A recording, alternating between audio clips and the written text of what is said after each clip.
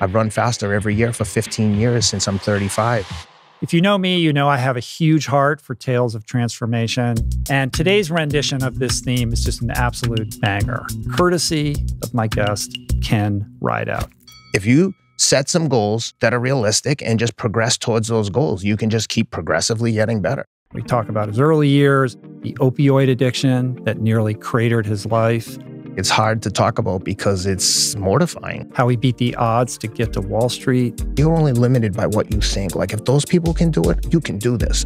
And his midlife renaissance as one of the world's preeminent masters athletes, killing it post-50 and racking up titles at some of the planet's most prestigious road races. I found his counsel to be both inspiring as well as highly actionable. So please hit that subscribe button, and you're going to want to strap in because this one is a roller coaster ride.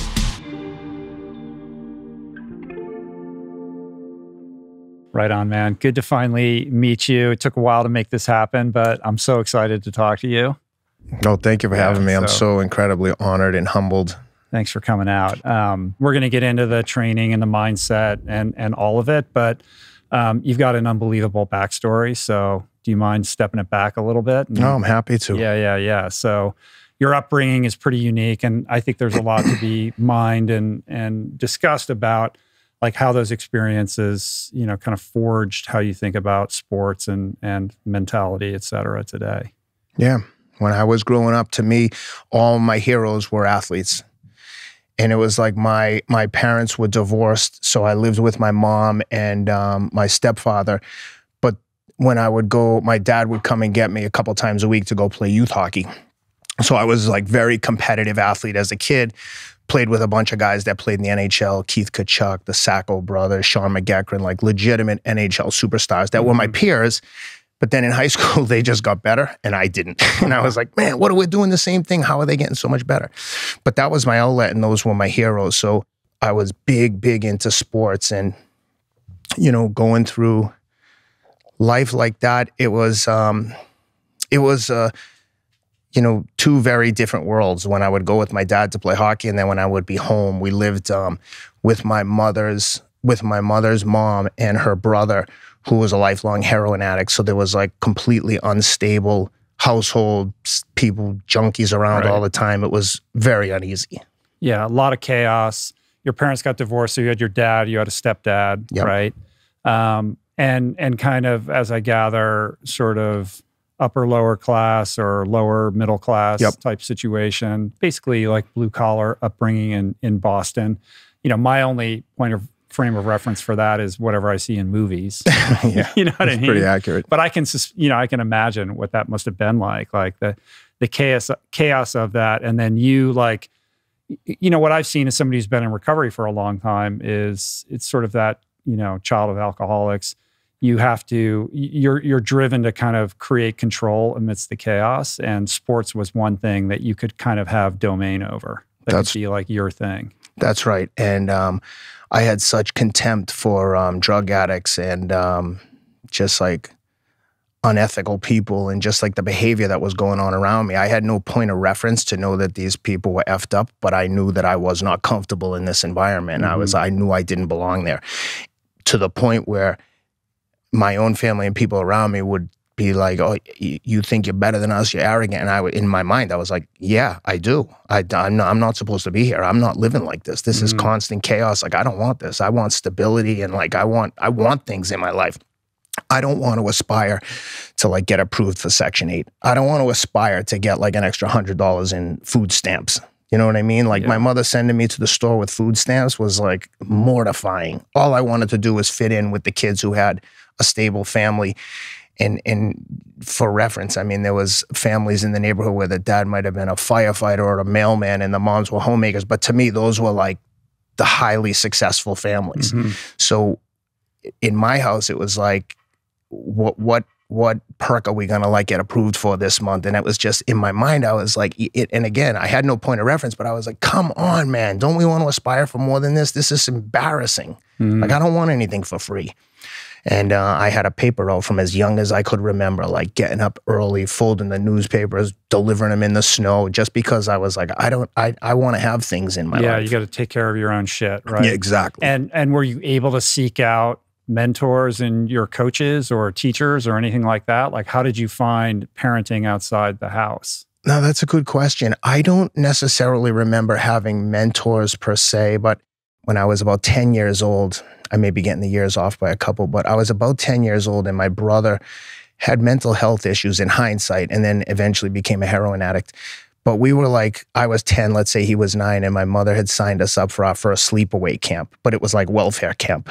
So we go downtown Boston and we get on the school bus and it's like, Boston was a very racist, segregated place. So it was like, maybe there were like 10 white kids and like 50 black kids, which is fine. I'm painting a picture for you. It was like an inner city, like camp.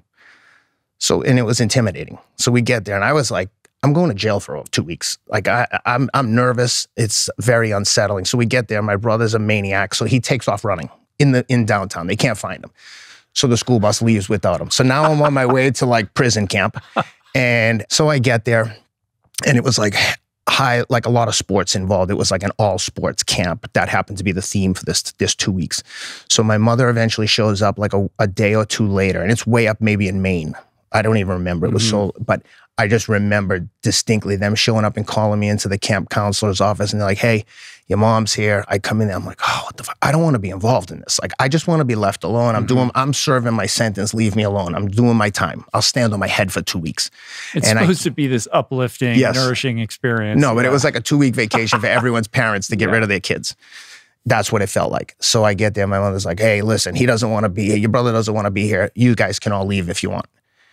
And I was like, "Nah, I'll stay. I'm do my time." I don't know why, even at a young age, I was like, I'm not quitting. I'm here. I'm already settled in. I've got all my stuff locked up under lock and key. I'm sleeping with the keys to my suitcase, to my hockey bag, which has all my clothes with a lock on it, and the keys are in my pillowcase because as soon as I got there, one of the kids said, "Hey, let me get those Converse you had on." And I was like, "Yeah, no. I don't have my sneakers." So then I'd put them in the bag, lock the bag, take the pillows, take the keys, put them in the pillowcase.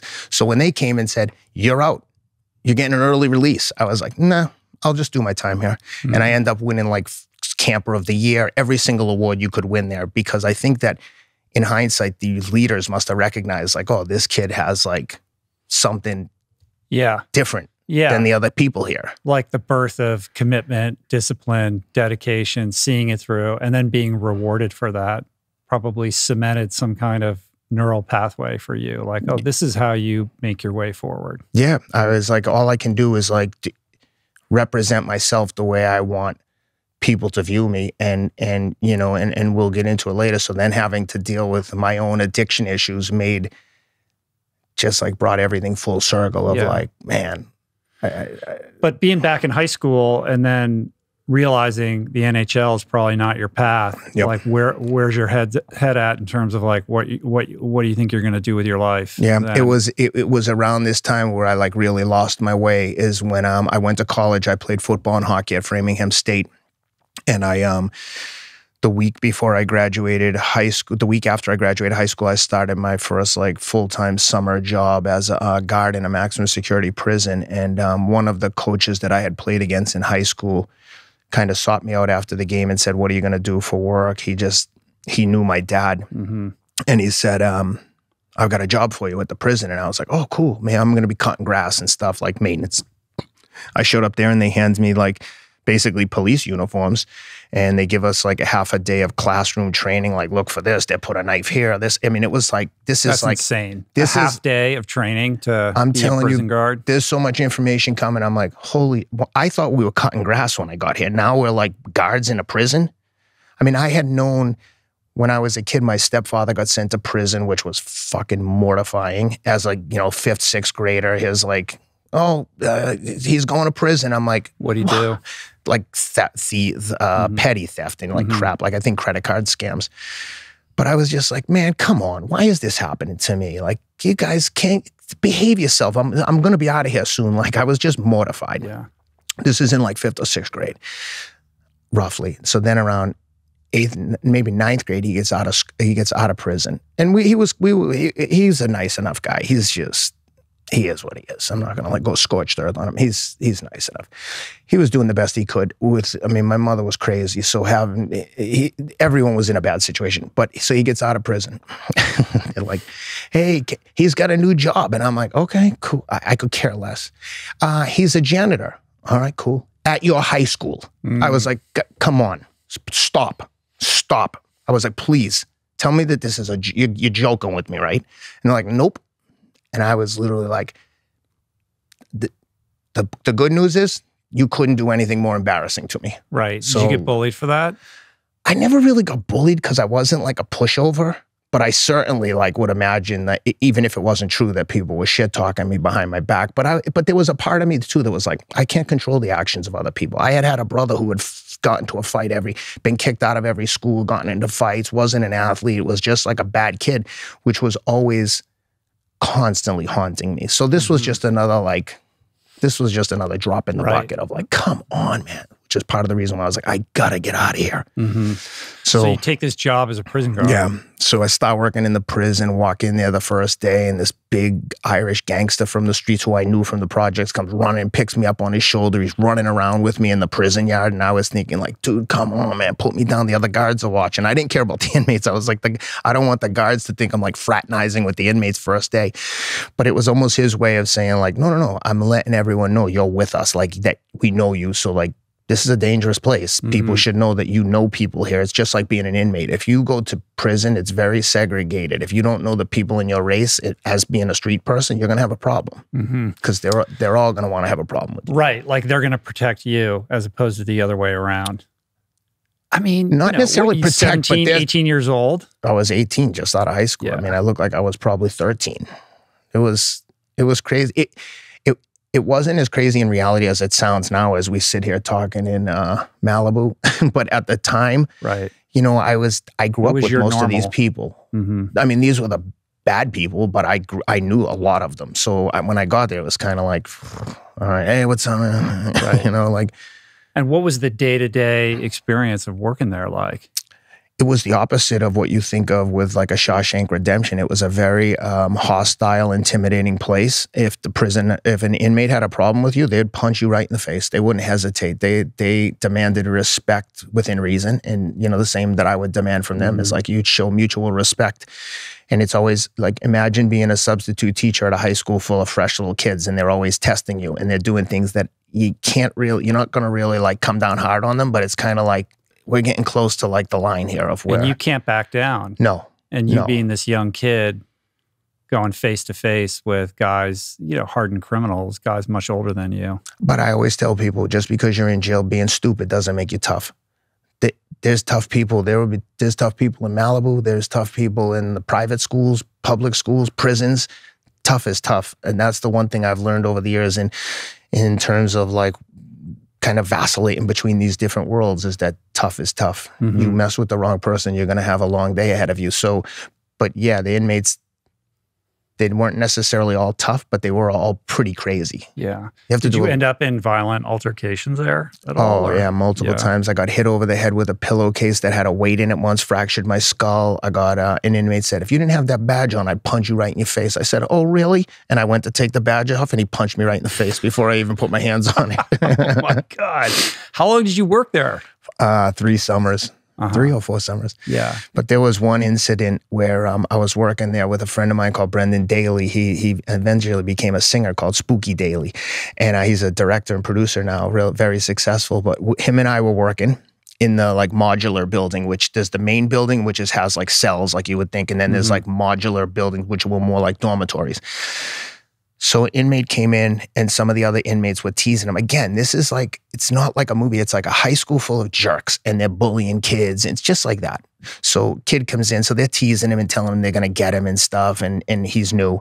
And they send him down to the warden's office, the warden of the dormitory. So the guy is superintendent of the dorms. And he calls me and Brendan down. And we're like the like dopey summer help that the other guys, so that they hired all these college kids so that the full-time guys could take summer vacations and they wouldn't be short-staffed. So they call us down and we go down there and the poor kid, he's like, you know, he's a little bit older than me, a little bit bigger than me and my friend Brendan. And he's in a position now where he's not going to tell on them because you're not going to be a rat. Like, that's going to change the trajectory of your time. You're going to go to protective custody. But he also is now in with the superintendent. Like, everyone's going to be watching how this whole thing plays out. So he's realizing, shit, I got to do something. So to save face, he picks something up off the desk and half-ass says to the guy, I'll bash your head in with this. So that he says to me and Brandon, get this guy out of here. So we handcuff him and he's struggling. And I'm like talking in his, I'm like, dude, will you cut the shit? Like, dude, stop. Like, let's make this easy. And he's like, now he's like, we're on him and it's just like a movie. He's like, oh, fuck you, don't hold me back. Like, I'm like, oh, come on. So we get down to isolation. The superintendent of the whole prison comes down and they're all standing in isolation. They put him in the cell and they're like, okay, take your clothes off. Strip search. You always strip search anyone anytime they move from buildings. And he says, I'm not taking my clothes off. And the guy says to me, Ken, get in there and strip his clothes off. And now we're like down in a dungeon in this like 50s era, like bunker. And I'm like, oh my God, I can't believe this is happening. I'm in a cage match. I go in, they close the door, and I'm like, take your clothes off. And he's like, stood there for a second. I said, this is your last warning. Because now I'm just like going to go attack mode. Right. And he just finally takes his clothes off. And I was like, oh, thank you, Jesus. And I got out of there. But right, because no one's coming in unless something goes down. No, this kid's getting a beating. Yeah. Either I'm going to beat him or they're all going to come in and beat him up. And he's going to like, if he's getting the better of me, they're going to get him. But still, I'm still a normal person. I don't want to be in a death match in a prison.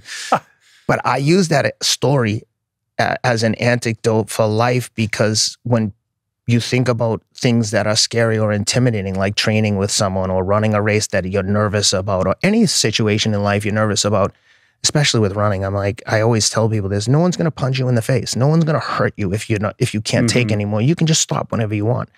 So when you think about that in relation to being in really intimidating situations, running to me is like, come on, man. This is easy work. Yeah, I know you've said in the past that when you were starting to really get into running, you kind of looked around and you saw a bunch of skinny guys and you're like, you know, I was a prison guard. Like, how hard can this be? Like, I can out tough these guys, right? Yeah. But just because they're skinny doesn't mean they're not mentally tough. Oh, listen, I say to all the time, you don't have to box. I say to people all the time, like, look at these guys are like running dweebs, but I count myself in that group, and I mean it with affection. I don't mean it literally, but it doesn't matter what the reality is. It's what I tell myself. So I tell myself, these guys are soft. They're wimps. That's not the truth. I'm a rational person. I know that there's, like I just said, there's tough people everywhere. The nerdiest looking guy might jujitsu your ass into submission in 3 seconds. But that doesn't matter. What matters is the story that I'm telling myself. And I'm telling myself, I'm 10 times tougher than everyone. And until someone proves otherwise, I think I can win the New York Marathon, the whole thing. Yeah, you know, like I go in with the attitude of where does that like confidence, that brashness come from? Is that just built into you? Is that born out of all of these experiences that you had as a young person? I think so, because at the core of me, I'm like super, super anxious, insecure, nervous, just like anyone. I have all the similar insecurities, if not more so, that I wouldn't say I'm overcompensating, because I'm not trying to run from that. I know that insecurity and that fear is there, and it's a tactic to overcome that insecurity. Yeah, and I try to keep the fear in check, but I never try to deny it, because I tell people all the time, like, someone at one point, the best fighters in the world, at some point they walked into a gym for the first time and was scared shitless. If you walk into a boxing gym or a fighting gym and you don't have experience and you're not scared or nervous, like, that's not normal. And anyone who says anything different, I think, is lying. Well, they're crazy. So I think it's important, an important element of my training and racing and the stuff I do with endurance is to acknowledge that, yeah, I'm scared, I'm nervous. And I may just be nervous and disappointing myself, but I'm nervous and I'm scared. But those feelings let me know that it's time to like get dark. Yeah. Dig deep, even when it's the turkey trot. 100% turkey trot coming for your neck. Yeah, I'm elbowing, forearm shivering people on the start. Right. Oh my God.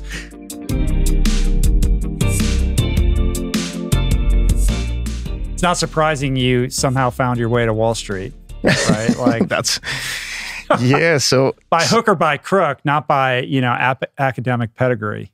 No, and that's, to be honest with you, I am like, can be very self-deprecating, and I'm aware of all my weaknesses and the mistakes I've made, but there are things that I've been proud of that I've accomplished along the way. And one of those things is going to New York and seeing that there was opportunity, that kids were working in finance and making money and being successful. And I was like, same thing with running. I was like, these kids can do it. They have fancier degrees, and someone told them about this earlier, but if I can just get onto a trading desk and get my foot in the door, I can kill these guys. I can out-hustle these guys. I know I can.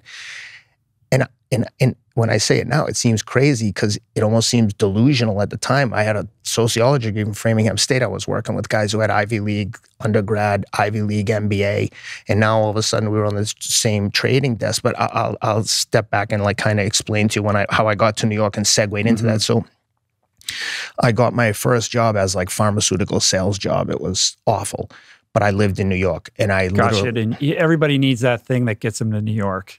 Once you're there, like the window of possibility opens up. So I get to New York, and I'm doing pharmaceutical sales, and pharmaceutical sales is the biggest racket ever. When I tell you I probably work 30 minutes a day, that would be aggressive.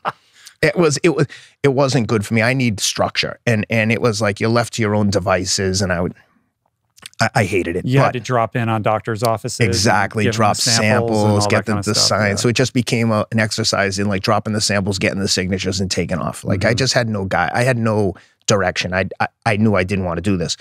So I was working out at the gym and playing in a men's hockey league in Chelsea Piers. And one of the kids who I happened to just play with on a pickup team was a interdealer broker. So he was brokering institutional trades between the banks. It was kind of like the bottom rung of the like prestige ladder in finance. Like interdealer broker is kind of like the bottom rung in terms of prestige, but you could make a lot of money, millions and millions. There were people getting fabulously wealthy doing it, but I always told people this was a job. It wasn't a career. You're only as good as the relationships that you have with certain traders that were at banks that eventually those guys went to hedge funds or asset managers. So there was constant turnover. So I got onto the trading desk. This is actually a funny story. I got onto a trading desk as like the assistant.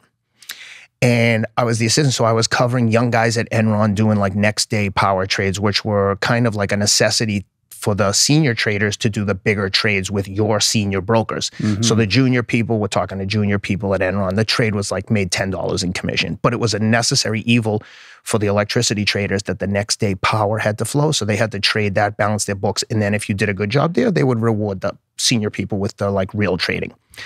So I was doing that, and there were like 2 or 3 guys there just hazing me, which was a whole new experience to me. I was like, these guys are hazing me like I'm a dweeb, like I'm a nerd. Like they're being abusive towards me. I was like, I can't believe I'm allowing this to happen. Like at some point. Little do they know, like you were a prison guard, right? Hazing. I was boxing for the New York Athletic Club. I had a black eye every other day. They knew, but they just like, it's just typical finance bro bullshit. Right. And they were like terrorizing me. And one day the guy threw a dry eraser at me, and I just slapped him in the face. And I was like, we're not doing this anymore. You got the wrong guy. And they were like, you're fired. I was like, oh my God. When I say I had no money, I was literally making like 40 grand, but by the time I paid my rent, my student loans, everything, I was like negative. So this is so funny. I called from a payphone, mind you, this is in like 96. I called the kids at Enron, and I was like, dude, I just got fired. I'm gonna tell you what happened.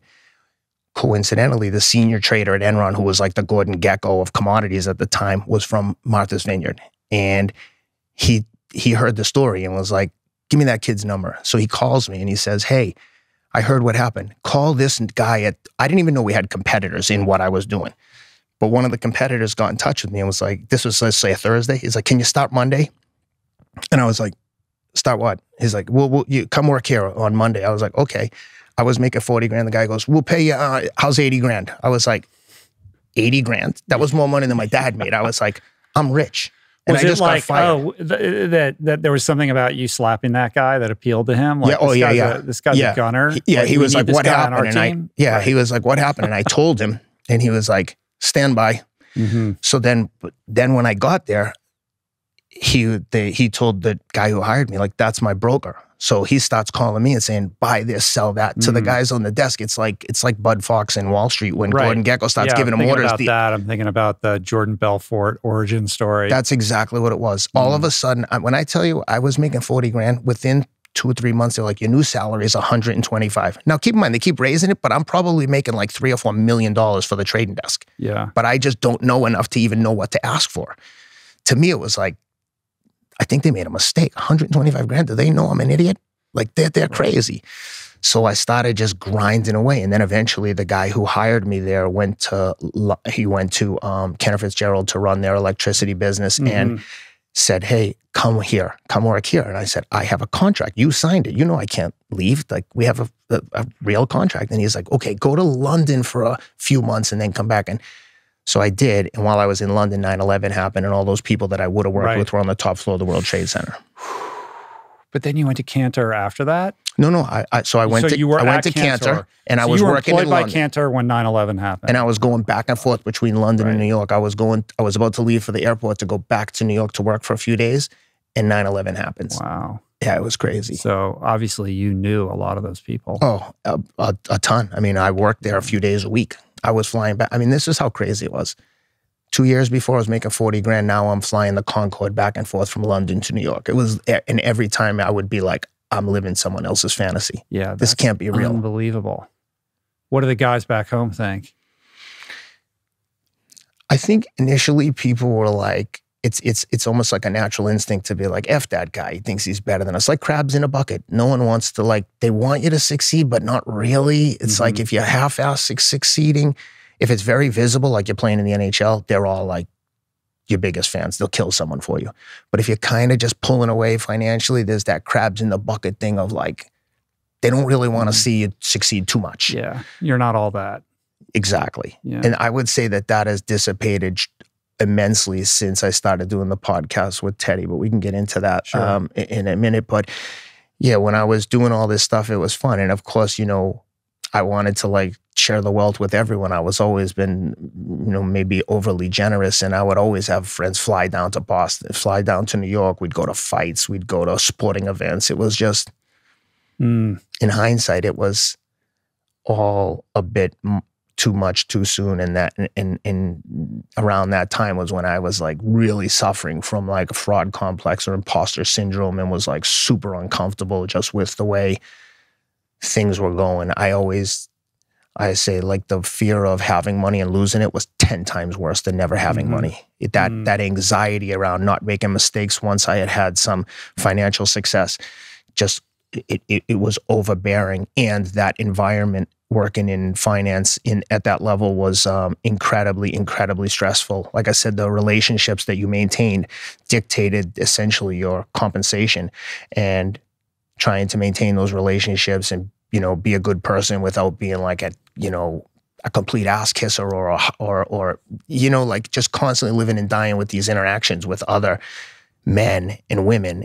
It was just a lot of emotional stress that I wasn't prepared to deal with. Right. Being so young and really being inexperienced in the workplace, to get thrown into that pressure cooker with the imposter syndrome and deluding yourself with the belief that the money is going to take care of all of those feelings, right? And so what happens? You end up compensating in other unhealthy ways. That's exactly right. Yeah, I want to get into that, but before I forget, I did want to ask about what it was like to return to New York City after 9/11, being a Cantor employee. I mean, it must have just been devastating. It was devastating, but again, it wasn't like you had these relationships with people that were like lifelong friends or family. It was like we were almost like mercenaries together. It's hard to explain if you've never been on a trading desk. There were some people that you really like, and there's some other people you really dislike. And that's the one thing that I don't miss, is having conflict with people. Since I've worked for myself and segued into the stuff that I'm doing now that we can get into later, it's like I've never felt more at peace and never had less conflict with people. And that took a while to come to that. It took a while to come to that realization that was what was going on. But like going through rehab and recovery, you kind of like realize these things that you had never considered before. But going back to New York after 9/11 happened it was traumatic, but I think some people who had some loose affiliation or knew people that were there, they it hit them a lot harder, and they held on to that trauma probably more than I did. Whereas I was like, it is what it is. Like, thank God I wasn't here. This is awful, but I can't let it consume me. This is, like the ups and downs of life. But it was difficult. I mean, we were in the building in London and on open calls to New York. We had like an open line of communication. There wasn't video, but you had an open line. There was a guy sitting next to me. His brother and his dad were in the building. This whole thing played out in slow motion. It wasn't like, oh my God, the building's down. It was like, oh shit, someone hit the buildings with, what is that, a Cessna? Then the second one hits, and you're like, oh my God, I hope they can get out of there. But never like, oh my God, this is about to get ugly. And then when the buildings fell down, then it was like, wheels off. Yeah. Chaos. Wow. So you come back to New York. Yes, I come back to New York, back and forth. But I mean, once that happened, like there was no real office in New York for 6 to 12 months. So I was in London working around the clock, trying to cover for guys. Are you with your wife already at this point? No, I was single at this point, thank God, because I still had a lot of mistakes to make and a lot of pain. Still had a lot of mistakes to make. Let's get to that. And pain to go through. The imposter syndrome, too much money, too young, Of course, drugs are going to enter the picture. Yeah. And, probably in college, as soon as I lost that connection to sports, I kind of lost a little bit of my identity there. And everything kind of went downhill. My relationship with my dad, which was good as a child, but in hindsight, I think the sports was as much for him as it was for me. My parents had me when they were 19 and 20, my dad being 20. So I tell people all the time, man, when I was 20, my dad was 40. I'm 51 now. Right. My oldest is 13. Like if I had a 20-year-old kid in the house, like I'm a monster. I'm like, I need everything a certain way. If I had a 21-year-old kid in there wreaking havoc, I'd be like, dude, what are you doing? Like you have to be in at 10 p.m. Yeah. Everyone has to be in bed. It puts it all in perspective a little bit. Yeah. So you can have a little more compassion. So I think when I started playing hockey, like a lot of that, and I started playing sports, a lot of that stuff started to I didn't realize that it was an emotional baggage for me, that all of a sudden I was like, man, is that where all my value was tied up in? The fact that I was playing sports and it gave him an outlet to go and watch. Maybe it did, maybe it didn't. I don't want to go scorched earth on him per se, but it was it's massively affected the way I interact with my own kids with sports. I have my own outlets. I don't need to live vicariously through them. I want them to be great. I want them to be happy. And yes, I'd love them to be Olympians and professional athletes, but I'm planning for them to have a career in being a good person and doing something reasonable. But yeah, so when all that stuff happened and my life started to change and I was now working in finance, high-paced environment, it's important to note that, and people say this all the time, that money doesn't make you happy. I know people who have never had money or want more would say, oh, this guy's crazy. But I'm telling you, as someone who's had, lost, and made money, I did not feel 1 ounce happier than I do today than I've ever done. There's no correlation for me. You have different stressors. There's different things that cause me anxiety and cause me to not be as peaceful as I can be. That came with money. And all I can tell you is if you're a happy person, you'll be happy with money. If you're an unhappy person, you'll be unhappy with money. You'll just be unhappy about different things. And all I can tell you is I was incredibly poor. And then I don't want to say fabulously wealthy, but I had enough money to do anything I wanted. And I was not any more peaceful with myself. Matter of fact, I became fucking addicted to drugs.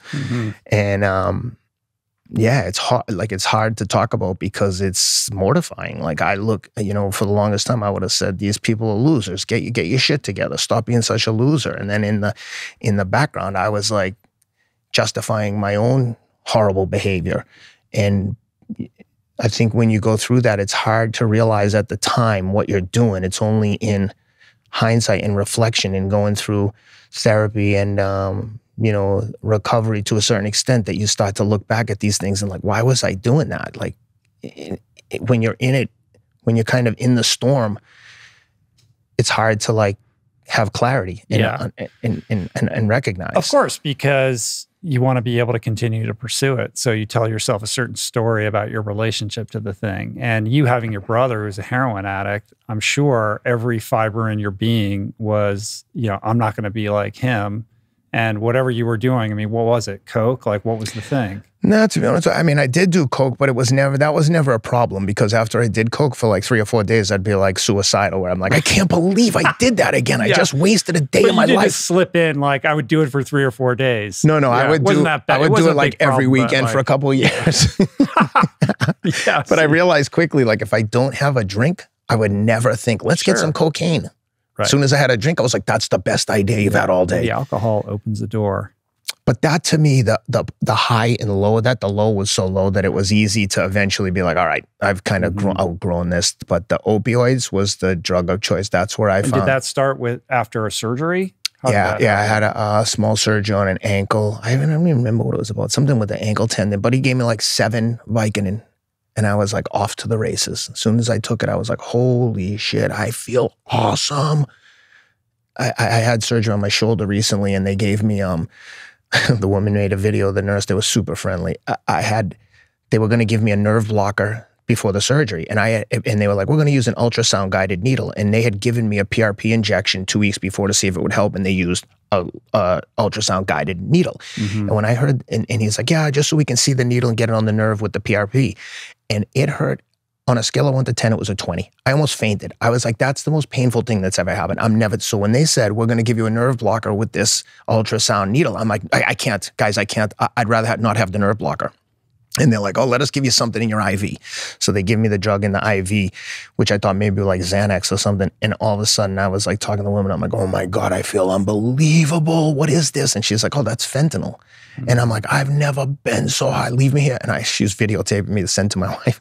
I said, I've never been so happy. Leave me here for an hour before the surgery. That's all I can describe to you. Is if you look at that video, that's how I felt when I tried the drugs. I was like, I found this is awesome. And then initially it starts out like, a couple evenings a week, I'm just going to watch TV, take a Vicodin, I'm going to be good. Then that leads to like, I feel like shit the next morning. I wonder if I take one in the morning, if it will like kind of take the edge off, get me through the day.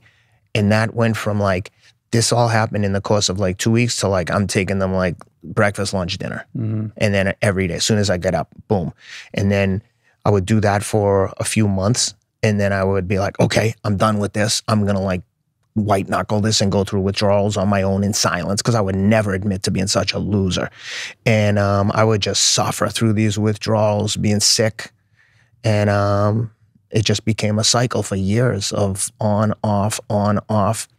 And I'm very resourceful. So anywhere I went, when I was in London, there was a doctor that did doctor calls, and he was alcoholic, and I knew he was. And I just knew if I gave him $200 in cash, he would give me a prescription for anything.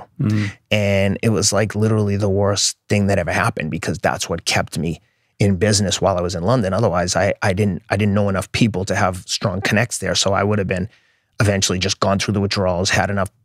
Once you have like, I don't know if you've experienced this, but after like 60, 90 days without substance, it's very easy for your brain to get like reprogrammed to like, you don't even miss it anymore. And then one day you're just like, I wonder, what would be a good idea? It would be fun to just get high one time. Right. And that one time. It wasn't that bad. Yeah. And that one time will lead to like a 6-month odyssey.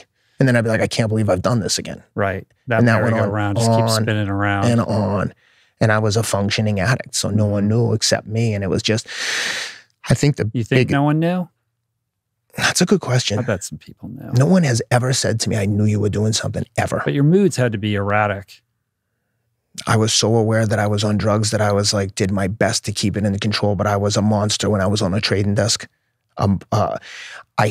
I tell people all the time, I hated who I was. It was an aggressive place. It was like an open outcry market, meaning if you'll say, hey, I got a 10 bid, and someone's like, I'm at 20. And then someone jumps up and it's like, sold at 10. If 2 people do that at the same time, it's like, who gets the trade? All of a sudden, there's people screaming at each other, and the customer's on everyone's phone. So you have 2 phones to your ears. You're screaming all these orders. And what if we both scream? You're done. And then they're like, guys, let me know who did it. And now it's like, fuck you, I'll kill you. And it was like, and I just was like, okay, I'm going to be the biggest bully amongst the bullies, or the biggest lion in the jungle. Such an insane way to make a living. Insane. And there's people still doing that right now. Yeah. I'm sure there's people listening to this. In 2022, like, isn't there a more efficient way to take care of this kind of business? There are so many, dude, there's so many protocols on top of that. So that's like an open outcry commodities trading. Bond trading, you'd be like, okay, I'm a 10 bid. Okay, I'm at 20. Now these two people are engaged in a negotiation. No one else can get involved. So you would tell your client, hey, they're 10 at 20 right now. Buy those at 20. I'm like, they're engaged. I can't wait. I got to wait till they're done. So you're like sitting there quietly. And this guy says like, last look at 10. And I'm like, mine at 20. And someone will be like, you son of a bitch, I was going to buy those. I was spoofing them saying my last look at 10. There was just different protocols and different products. There was parts of it that were fun and exciting. But doing that every day, 24/7, it was too much for me. You need a boost. I when I think back on it, I have such bad thoughts, bad feelings. It was not a good lifestyle for me. So how'd you eventually get off that merry-go-round? Probably when really the final time was when I was in London. I went to NA and just like did the whole thing, went through meetings and had some good time under my belt. I met my wife. We got engaged, and then I started to like fall off the wagon again. And then really when we started to have kids and adopted my daughter, that was when the last time where I was like, okay, this is like. So it went on for a while. Oh, a long time. Yeah. Yeah. I'm believe me, it's a huge source of embarrassment, but it's like, what am I going to do? Who's going to be helped by me keeping this secret to myself? If I can help someone by sharing this story and saying, I think like you said, I see Ken, I don't want to run with him. He's so intimidating. People have this impression of me from my online persona that I don't even realize I'm giving off. And people say to me, you're inspiring and motivating. And I'm like, I don't know what I'm doing. I'm just like posting random thoughts and like my day-to-day activities, which include keeping myself busy by exercising and spending time with my kids. So there's a lot of like mixed emotions with it because I wasted a lot of time. And if I just accept that and let it fester, it's not therapeutic to me. And if I can help someone by saying, hey, listen, this is what I did. If like maybe they know someone who's going through that and their comment might set the person on the right track. Sure. Or maybe someone hears this and goes, you're right, dude. There's so much life to be lived. And look, I mean, I started getting competitive at 35, and at 50, I won my first marathon. And right. I know it sounds crazy to people, but I'm like, it's like rehab. It's like being sober. If you don't take the first step, you're never going to know what's at the top of the mountain. And if you think climbing the mountain, you're getting up there just so you can have that view and be like, I did it. I won a marathon. No. The climbing is the hard part. When you get to the top, there'll be another mountain in the distance. I promise you. If you win Olympic gold, you'll want to win another one. Well, listen, shame can't survive the light. You said you're embarrassed by this. There's nothing to be embarrassed about, but the more that you share it, the less embarrassing it is. And that shame dissipates because it is in service to others. You know how many millions of people are walking around popping opioids and don't want people to know about it? I mean, untold. Hundreds of thousands of people. It's crazy. And the one thing that happened that helped me massively was I was introduced to a drug called Vivitrol, and Vivitrol is an extended release injection of an opioid blocker. It's an intramuscular injection once a month, and when you take that, you can't get high. It blocks the receptors, and I know because I tried, and you can't. And the only like a good addict, you're like, I could do an end run. I'm the best at this. I know how to beat this. But really, that like drug changed everything for me, because as long as you can, the difficult thing with the drug is you have to be sober for a week before you can get it. And withdrawing from opioids, that first week, it ain't for everyone.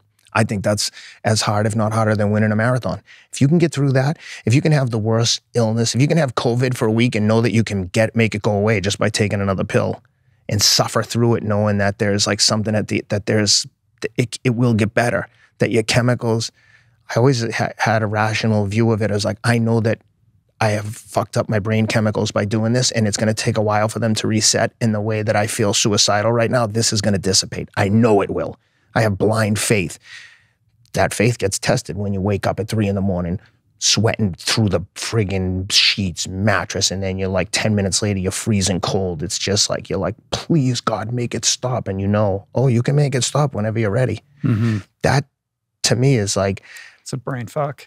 Yo, dude, that's what makes these drugs so scary and dangerous. And I think that it's like, in hindsight, it was so easy to just go in and get a prescription for painkillers. It was just, it's almost to the point where it's embarrassing. There should be more education around doctors saying like, yo, you can't prescribe this shit willy-nilly to people. If someone needs pain medicine refills after the first like 30 days after surgery, like maybe reevaluate what's going on with them. Because I had a massive shoulder surgery and it was like a few days were incredibly painful, but eventually you're like, all right, now it's just uncomfortable. Mm-hmm. But it's not like I need fentanyl. Yeah. Yeah. Well, I think it is better. I hope it's better. I think doctors are, they have a better sense of this now than they did even a couple of years ago. But, there's millions of people addicted to these things. So millions. Huge problem. Yeah, it's a big problem. And it's, unfortunately, I wish I had never even tried these drugs, because I would be more than happy to not know what I don't know. Knowing that it's there is like, yeah, sucks. But you can look back on it as part of what made you who you are too. And now it puts you in a position where you're sitting on a microphone a couple times a week, right? And you can share about this stuff, and it's powerful. Because I think people out there, because so many people are out there suffering, it gives them hope that there is a possibility. Like, not only did you get sober, you kind of completely recalibrated your life, and you're doing things that, I'm sure on some level you probably didn't even believe that you were capable of. I can't believe I'm sitting here talking to you. It's such an honor. Like and I know it sounds crazy, but the fact that I'm like in these social circles with my friend Rob Moore and guys like John Joseph, and I'm friendly with Joe Rogan, it doesn't even seem real to me. It's but at the same time, I'm like, there's another part of me that's like, yeah, of course I am, because I'm trying to be a good person and do the right thing. I was telling Rob, someone sent me a message on DM and said, how did you build this network? And I was like, dude, if you think you're networking, you're already strike 1, 2, and 3. Who the fuck is networking? You're collecting relationships like assets? I said, I'm just being myself. I couldn't tell you how I have relationships with certain people, because I'm not trying to consciously collect relationships. Sorry to interrupt the flow. We'll be right back with more awesome, but I want to snag a moment to talk to you about the importance of nutrition. The thing is, most people I know actually already know how to eat better and aspire to incorporate more whole plants, more fruits, vegetables, seeds, beans, and legumes into their daily routine. Sadly, however, without the kitchen tools and support, very few end up sticking with it. So, because adopting a plant-based diet transformed my life so profoundly, and because I want everybody to experience some version of what I've experienced, we decided to tackle and solve this very common problem. The solution we've devised, I'm proud to say, is the Plant Power Meal Planner, our affordable, all-in-one digital platform that sets you up for nutrition excellence by providing access to thousands of highly customizable, super delicious, and easy to prepare plant-based recipes. Everything integrates with automatic grocery delivery, and you get access to our amazing team of nutrition coaches 7 days a week, and many other features. To learn more and to sign up, visit meals.richroll.com. And right now, for a limited time, we're offering $10 off an annual membership when you use the promo code RRHealth at checkout. This is life-changing stuff, people, for just $1.70 a week, literally the price of a cup of coffee. Again, that's meals.richroll.com, promo code RRHealth for $10 off an annual membership. All right, let's get back to the show. Well, where does the rebirth into athleticism start to enter the picture here? Yeah, so when I right around the time I started to really like take my sobriety serious and realize like I was responsible for other people, I bought a bike. I was running and boxing for the New York Athletic Club, and I literally had some like pain in my knee, something innocuous, and I was like, I'm gonna get a bike. I see all these people riding bikes. It looks like fun, and I bought a bike. Literally, I was like mid-range bike, rode it for like 2 weeks, brought it back, and was like, give me the best bike in the house. I was like hook, line, and sinker. I had everything. First ride, I had cut-off t-shirt, gym shorts. I did have bike shoes, but within like 2 weeks, I looked like I was ready to go on the tour. I was just you were all in. You're that kind of guy, though. I loved it. You're the guys who you've been riding 5 minutes, but you got the top of the line shit across the board. Yes, right? yes. And that part of it, I always tell people when they show up with really nice bikes, I'm like, you better be fucking good riding that bike because people are going to come for that ass when they see you on your Colnago with campy everything. I'm like, so I wouldn't say I had like the fancy European bike, but I had like, the best Specialized or felt bike. Sure. Like, but I loved it. I rode. And you're doing the Central Park Loop and the kind of group ride that happens in the morning or the evening there. Yes, I didn't do a ton of group riding. I just didn't. I wasn't a huge fan of that like tight formation, and I've crashed. You're putting your life on the line. 100%. You can get really hurt, and cruising around rollerbladers and stuff like that. I mean, it's a derby. People are going down constantly. Yeah, I've had multiple surgeries as a result of bike crashes. I crashed on Topanga Canyon one time. Oh no, I wasn't with. I was with. I thought I was with Rob, but I was with another friend. Coming down Topanga, screaming down, and I looked back. And it was just one of those things where you ever look back and then you look back around, you're like, oh my God, I lost my bearings. And now I'm not going to make this turn right on Topanga in the steep part. And I went down on my face, skidded. I literally stopped underneath the bumper of an oncoming car. Dude, fire trucks. I went in an ambulance. My bone was like, all the skin was gone. My ankle bone was exposed. My head was busted open.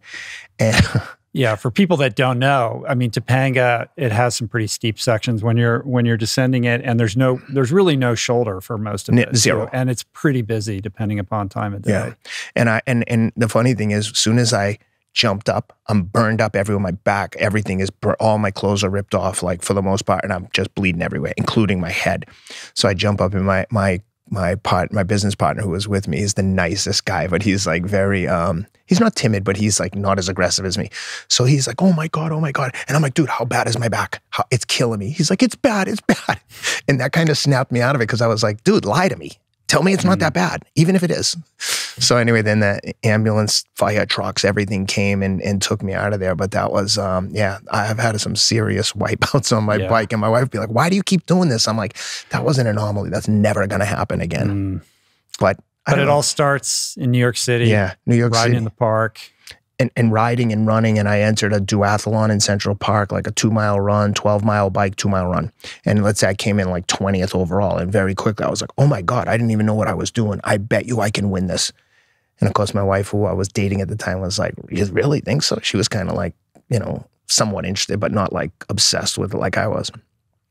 And sure enough, I started to do little races, the North Fork Sprint Triathlon, and doing little things here and there, picking up tons of tidbits here and there. But keep in mind, I didn't even know how to swim when I started in triathlon. And you're how old at this point? I want to say early to mid 30s. And I, maybe around 30, around 30 to 35. And I went to the New York Athletic Club where I was a member, and I didn't know how to swim. I knew how to swim if I fell off a boat. I could go water skiing, but I wasn't a competitive swimmer. So when I'd see guys like you swimming, I'd be like, oh, how is this guy so much faster than me? It would drive me crazy because it was so much technique. Because I was like, I have good fitness. How are they swimming circles around me? Even the guys who were in terrible shape. I got stories about swimming at the New York Athletic Club. Yeah, it's a strange place. Back in the day. So I would stand there. It's a weird place.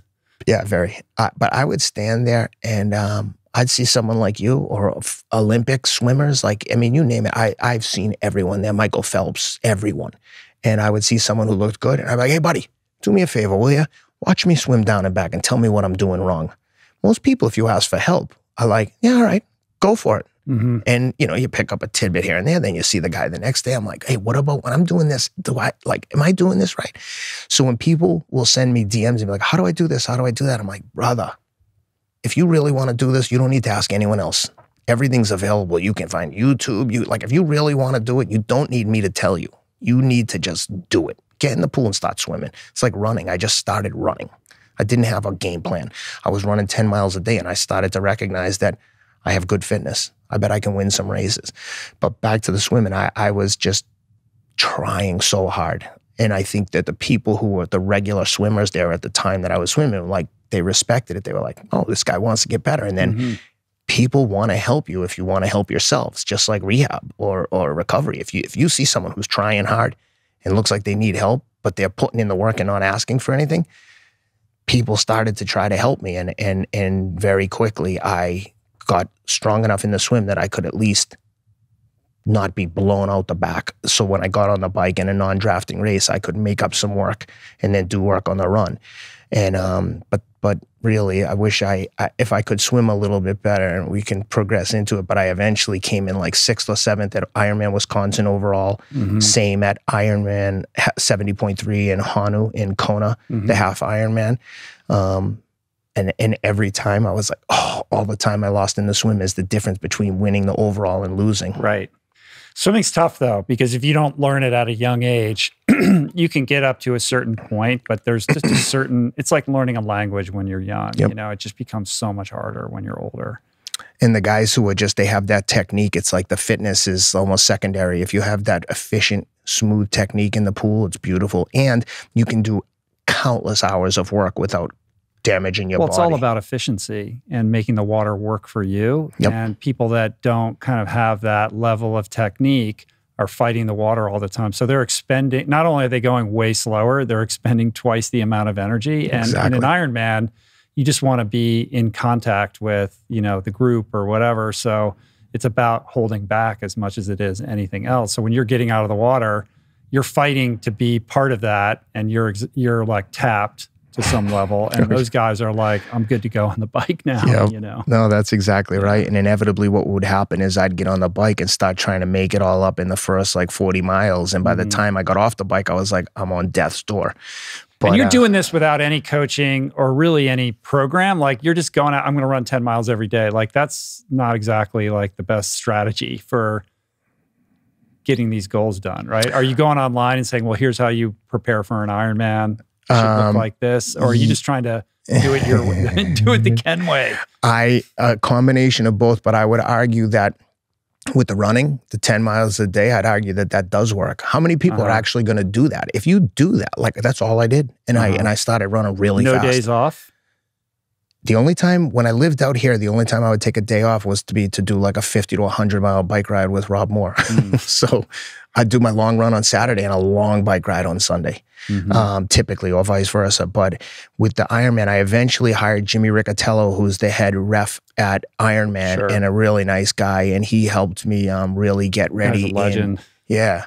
So in 2012, so I'm doing all these little races and I'm getting better and I'm learning things here and there and I'm trying to pick up things from everyone. And in 2012, I qualified for Kona at Ironman New York. And to me, I had achieved like a dream that I didn't have it for years, but when I saw Ironman on TV, I was like, that is unbelievable. Wow, that looks so compelling. It's impossible to do, but wow, if those people can do it, why can't I? Why not me? And, you know, I had always had the kind of an attitude of like, I don't know that I can do that, what these other people are doing. And that was really the first time where I was like, no, dude, you're only limited by what you think. Like if those people can do it, you can do this. And I convinced myself I could do it, and I did. And I qualified with a roll down spot in New York, you know. So for those who don't know, there's a certain amount of age group spots at each Ironman race, and Ironman New York, because it was the inaugural race, they had a couple extra spots, and let's say there's 10 spots, and if someone of the 10 doesn't take their spot, it rolls to the 11th place finisher in that age group. So I got a roll down spot in New York, and I qualified, and I was like, yes, we're going to Hawaii. I had 2 little kids. They were babies, and me and my wife, and we went and rented a house on Ali'i Drive. I was like, I'm going to the Olympics. I was like, man, I did it. I was on a high, and I get there, and it's just like you would imagine my equivalent of the Olympic Village. It was like all the like triathlon nerds, myself included, were all like, everyone's running around, happy to be there. You know, it's like such a such a culty place, and everyone's crazy fit. Everywhere you look, you're like, crazy. That guy looks a lot fitter than I look. Compression, socks, veins everywhere. So we get there and, you know, same thing, swim, I suffer through it, get on the bike, start working way too hard, full of irrational exuberance. And sure enough, I get off the bike and I'm like, oh my God, I'm crippled. I can barely move. And my wife's at like mile 3 on Ali'i Drive, and I'm like hobbling, running down it. And I mean, I feel terrible. And I see her and she's videotaping, and it's almost like with tears in my eyes, I'm giving her the like throat cut sign, like cut, you know, like a director, like don't film me. And as soon as I got there, I'm like, I can't do it. I'm just gonna I'm stepping off. I'm gonna walk back to the transition area. I'm not in a good spot physically. And I almost had this mentality of like almost like a professional, like, well, if I'm not going to be in the money, like I told myself every bullshit story under the sun to justify quitting. Well, I'm not going to be in the top of my age group. I'm not going to do this. I'm not going to, like, I basically was just a quitter. I just packed it in I'm so disgusted. Even in hindsight, thinking about it now makes me mad. But I did. I just quit, and I had no excuse other than I was hurting, and it was such a letdown. I went from the highest high in terms of like my personal like satisfaction with myself to like really depressed. Like, oh man, I just felt so ashamed isn't the right word, but it was almost like a level of shame internally. And my wife had been super supportive of me training for this because, you know, it takes like a ton of time. I got 2 babies. She's like, what are you doing? Right, like after this, we're done, right? Yeah, exactly. Yeah. And I was like, yeah, we had like a deal. She had like written up a contract. Like, you agree that I'll support you. She wrote a contract? I think she wrote it for the second one. I'll get into. Yeah, well, she was like, but my wife is like, when it comes to like being a good partner and a mom, world class. She's the world record holder. She's as good as anyone I've ever seen. She knows she's awesome. Mm-hmm. And she was supportive, just like I was her 5th child, which is like what it feels like most of the time. Because, you know, she's the one that has like the rational brain when I get irrational and emotional. So I said afterwards, we're sitting there and I'm like so depressed. I might even have been crying. And I was like, I know I can do better than that. She's like, if it's that important, do it next year. Just do it again. And you know, now you have to qualify again. It's not just like, oh, just sign up next year. So I was like, really? And she was like, if it's that important, you do it. And I was like, I'm gonna do everything in my power to win. And I qualified at Ironman, either Whistler or Wisconsin, Whistler, and went back and did like a 9:39. And I was so proud of myself. I was like, you know, that's a respectable time. Yeah. I would have liked to have been under 9:30, but I was like, yes, I did it. And yeah, she supported everything through that. And then she said, let me draw your attention to Section 6, Clause A. Yep, pretty much. And then you know, like any addict, I couldn't stop this addiction to endurance sports and triathlon. And I did go back to Kona one more time in 2016 when I moved out here. I qualified at Wisconsin, which is the one that I could have won that if I had swam. I did. Mm-hmm. We had our 4th child, and I just was like, I'm not even going to swim. I'm not going to swim. To save 5 minutes is going to take me like 2 hours, you know, 3 times a week. I'll just take the 110, which is what I swam. And then I rode like a 4:58 and ran a 3:15 and finished like 7th overall, won my age group and maybe 6th. And went back to Kona in 16, and I was like, oh, I'm going to get him. I'm going to like win my age group or be in the money in 16. And I got pneumonia like 3 weeks before the race and went back and walked the entire marathon. But after having quit in 13 and then gone back there, I was like, I know I'm not coming back here unless. So I got on the run and I was just suffering. I was like, that's okay. I'll just walk. I'm not going to like disrespect myself or the race. And I just walked and I made it like a click under 11, either right over or under 11 hours, but right before the sun went down. I was like, oh, thank God I'm racing the sun. Yeah. But and it was around that time that I started to just do more running just because of a lack of time. Yeah. And that's when I started the 10 miles every day around 2016. Right.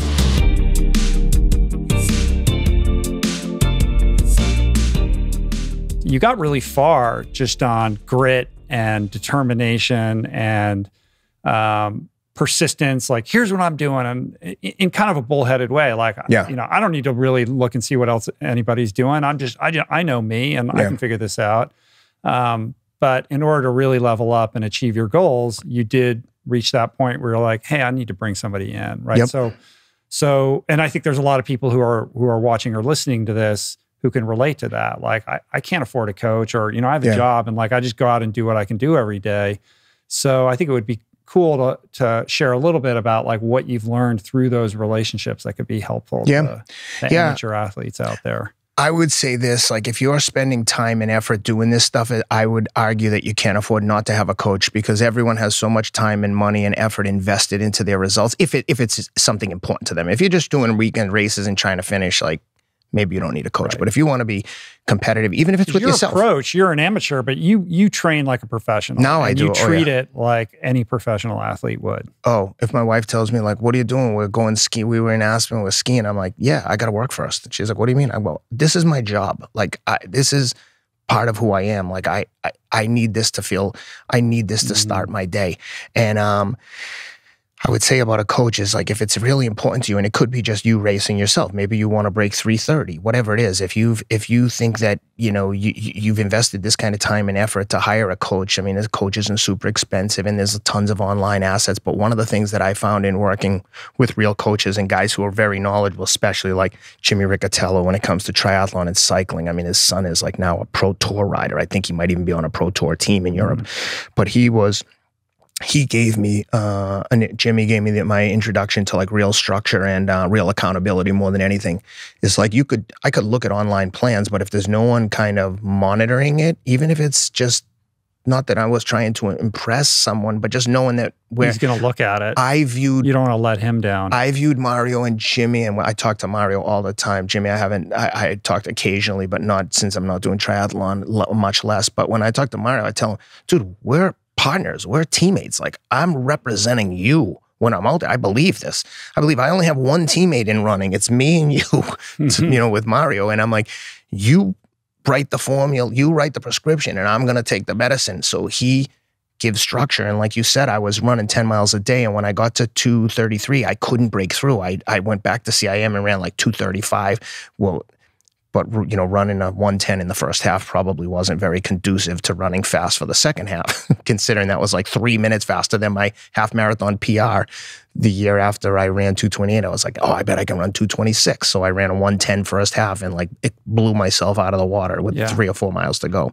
But when it comes to the running with Mario, it's like he writes the plan and I follow it like a roadmap, meaning if there's traffic in one direction, I might take a slightly different, but ultimately I'm trying to get to the same place. So the coaching is like a rough outline. It's not an exact science. Like today there was a track workout, but obviously I got in late, didn't sleep great. So I said, I'm gonna do that tomorrow on the beach. And I just make changes here and there, but it's literally like those kind of things we don't even have to talk about because he sees everything that I'm doing in real time, and everyone can. I post everything on Strava. And part of that is for accountability too. It's like, this is what I do. And I get a lot out of it. That accountability like provides me with structure and a sense of accomplishment to start the day. It's like the military guy who was given the commencement address and he said, start the day by making your bed. You have one win already. That's how I view the run is. If nothing else happens today, I've taken care of my most important asset, my mental and physical health. It's more important to me than everything. It has to be. I can't be my best self with my children or my wife, and I'm useless to anyone if I'm not healthy.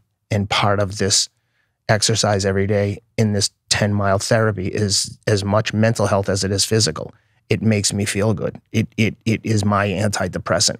When I go through periods of not being able to do it, like when I had the shoulder surgery, like I had a few days of like real depression, like I don't want to say suicidal thoughts, but certainly like suicidal ideation of like, would I be better off just not doing this? Like, do I want to be here? And I know when I say it, it sounds irrational, and I reflect on it, it sounds crazy, but I can't deny that these are the thoughts that enter my head when I'm not holding myself accountable. And maybe it's a blessing, maybe it's a curse, but this is just the reality of my life. I just, maybe from the mistakes I've made and the things that I've been through, like this, it's just what I need. And I'm not opposed to hearing like professional takes on like, you should try this. I'm not closed-minded, but right now that's my state of mind is I need this. Yeah. In hearing you share that, I certainly relate to that deeply, but at the same time, I also can't help but think like you're holding on to it so tightly, right? Like on some level, like, is it self-flagellation? Like you're doing penance, like you're punishing yourself because there's a sense of undeservedness, or you're not worthy until or unless you get that in. And there's got to be moments when those priorities come into conflict, when your workout is at odds with something that you need to do with your kids, and you have to make those decisions around where you're going to invest your time and your energy.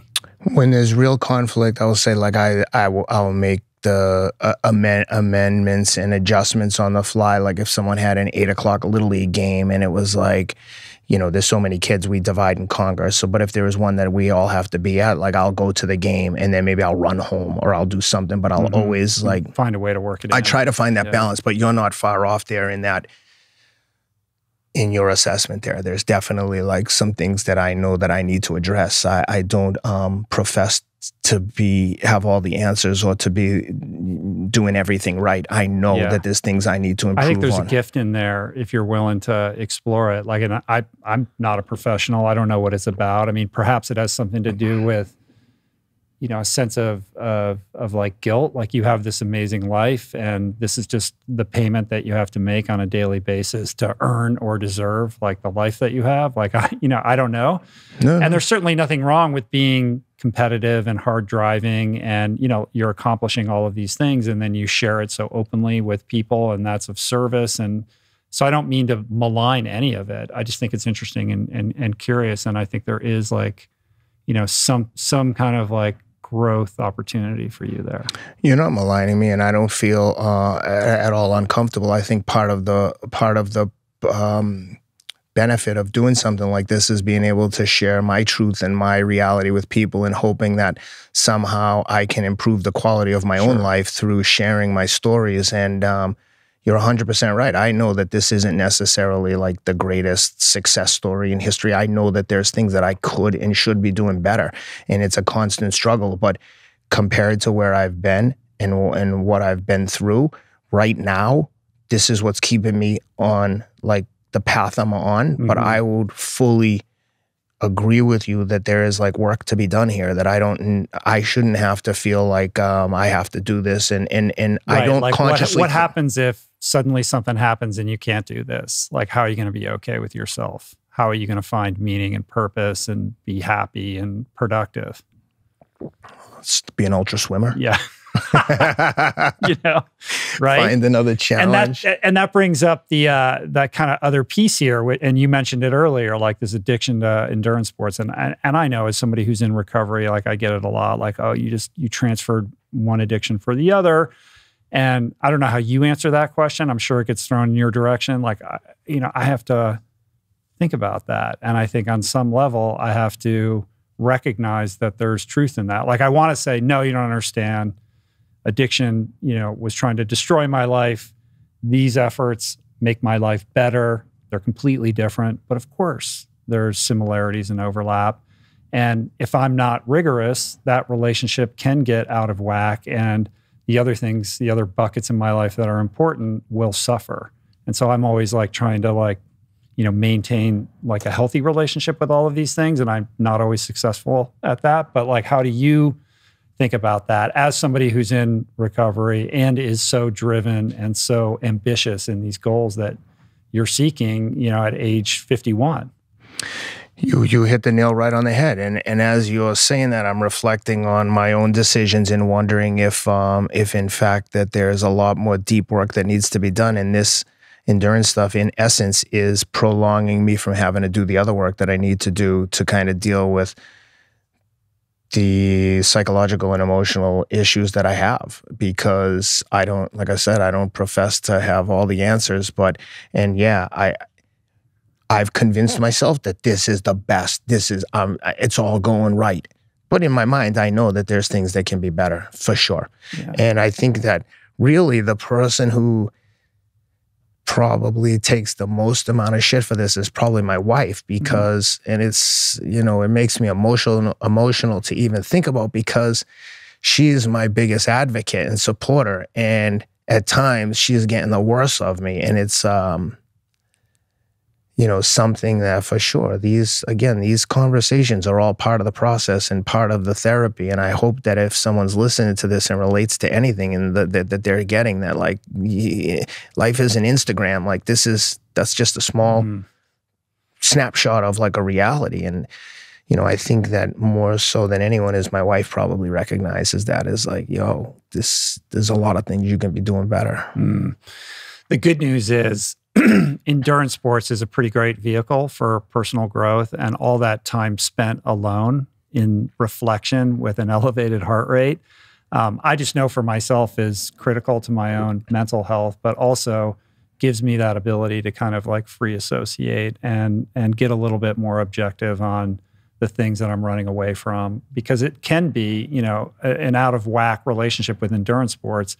That teacher then becomes the escape hatch, right? And like you can use it to run away from a bunch of stuff and, you know, shroud yourself, you know, with a victory lap or whatever and say, this is great and I love it.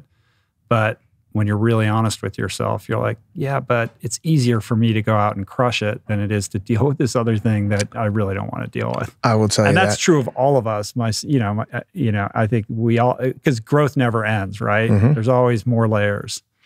I'll say this, that, that's the, you know, you hit on so many important topics, but on one hand, like the endurance sports and the relationships I've built have basically given me the life I have. Mm-hmm. I can't stress to the listeners enough, like you have to surround yourself with people that you admire and respect. And this finding endurance sports and having success there was a way for me to connect with like-minded people that have changed my life. My best friends in the world are from endurance sports.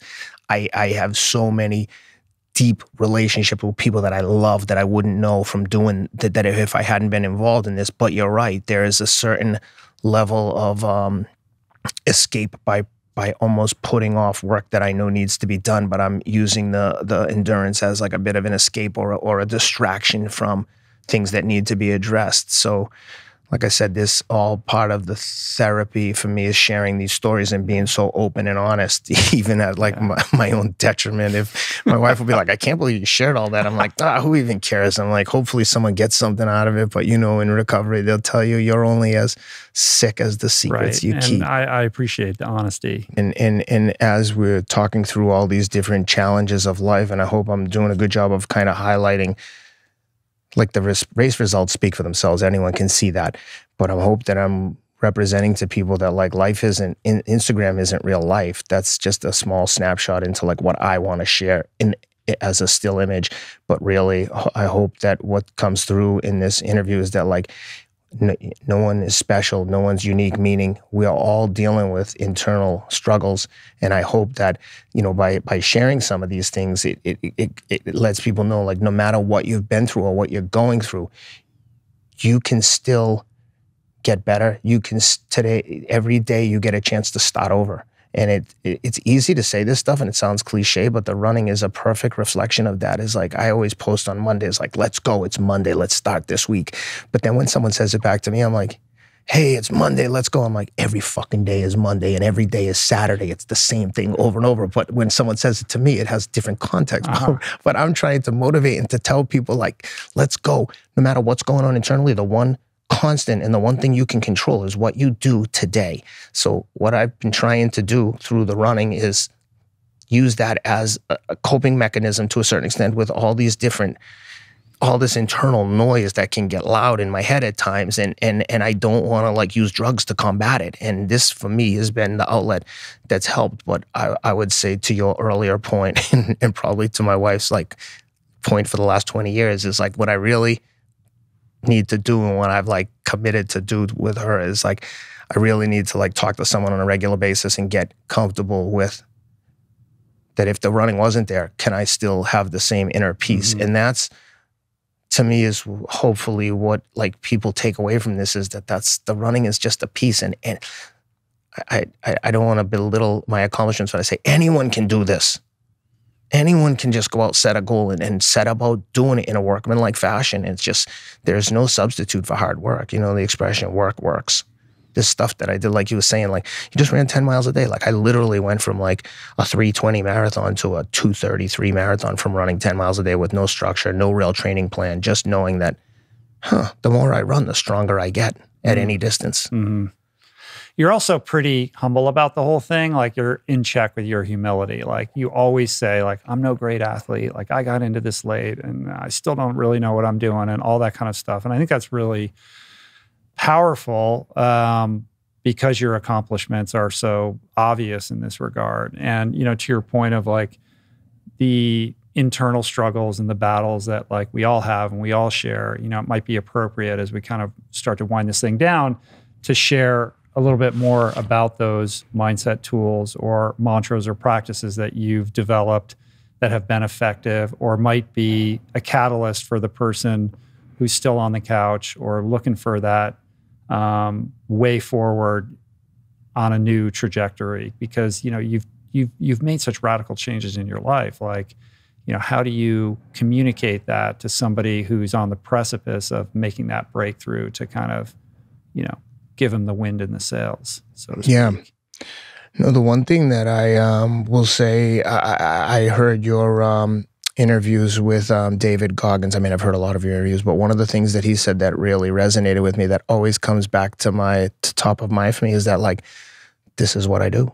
This is just what I do. When I get up to run, it's funny because as you build some like mental toughness and callous your mind a little bit to the reality that, like, this is every day. It's like, like when you're going through recovery, it's like, how the fuck am I going to not drink for 2 weeks? Like, you don't have to. You only have to not drink for the next hour, and then we'll deal with the next hour. That's the running, is like, you just have to set a real goal. And if nothing else, and I think it's almost easier later in life, because I've made so many mistakes in my life, and we all have. But today you can start doing the right thing right now. Set a goal. I always want to be mindful of people's abilities and capabilities and say, you don't have to run 10 miles a day, but if you've never run, maybe you're going to start walking 1 mile a day minimum, and set realistic goals. Like, okay, I don't care like how out of shape you are. That's not that ambitious. If you have something wrong with you, that's a different story. But if you're healthy, start with walking a mile. Maybe it's running a 5K if you're capable of that, or a 10K, but be dependable to yourself. It's shocking how much that can help you in other areas of your life when you're dependable to yourself. When I know that if the shit hits the fan here, I know I can count on myself to do the right thing when the chips are down. Left to my own devices, when things are fluffy and cool and it's easy to make mistakes. But if the chips are down and there's like something incredibly important happening, like, I know I can count on myself, because if nothing else, I've proven that to myself, and you have to believe it yourself. So back to my point about David Goggins with this is what we do. When I wake up, it never, ever enters my mind. And I'm so far removed from having a debate with myself of if I'm going to run, that I know it might be hard for some people to hear, but like, there's never an inkling of doubt of like, I'm not doing this. I'm tired. I'm going back to bed. I just think, is it rain? Oh, it's raining. Damn it. This is going to suck. I hate running in the rain, but I'm doing it. And I mean, even when I had the shoulder surgery, it was like a blizzard outside. And my wife's like, dude, you can't even see outside. It's like a whiteout. What are you doing? I'm like, I gotta do this. She's like, we have a fucking Woodway treadmill. Go in the basement. I'm like, I feel like I don't mind running on the treadmill sometimes, but I was like, isn't that how you fucked up your shoulder or your knee or something like that? Yes. I had a jammed shoulder for years that was just like, it bothered me, but not terribly. I fell down and it like wrenched behind me. I mean, I fell so awkwardly as I was like turning around a corner. The people in the guard shack and like where we live must have been like, what is this guy doing? There were no cars, no nothing. And I just tore everything, labrum, rotator cuff, and I had gone, and the guy was like, oh, you need everything fixed. And I was like, all right, we'll do it in April after the Boston Marathon. And after like a week or so of trying to get through this, I just called him. I was like, dude, I can't take it anymore. I'll come in tomorrow. And he was like, it was a Friday. He said, come in Tuesday. And I went in Tuesday and got it done. But to my point about the mindset thing is like, if you can just prove to yourself that you can do this, get up and run every day for 10 days. See if you can get 10 days. Because if you get 10, 20 sounds good too. And then the next thing you know, someone was like, we've got I work with a brand called Roan, a clothing brand. They have a 5K, 30-day 5K challenge. He's like, yeah, we're doing this. Do you want to do it? I was like, yeah, I've been doing it for like 5 years. I'll one up you. I'll do 15K. Yeah. That's just a subset of what I'm already doing every day and have been forever. Yeah. But I think that even that as a starter for some people is like, I know Goggins puts up challenges all the time, and he's someone that I respect his mindset.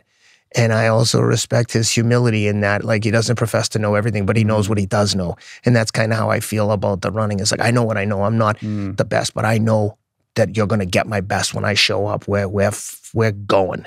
Like, you're going to have to kill me to beat me. If it comes down to like my choice, I'm going to empty the tank. And, but I think that with the mindset stuff is you have to prove to yourself that you can do it, because I have, like you said, I have nothing special. I'm everyman. I'm an average athlete at best. I played Division III football and hockey. I was like jack of all trades, master of none. I was just willing to do whatever I had to do to stick around and be on the team. If they needed me to fight, I would be like, okay, I'll fight.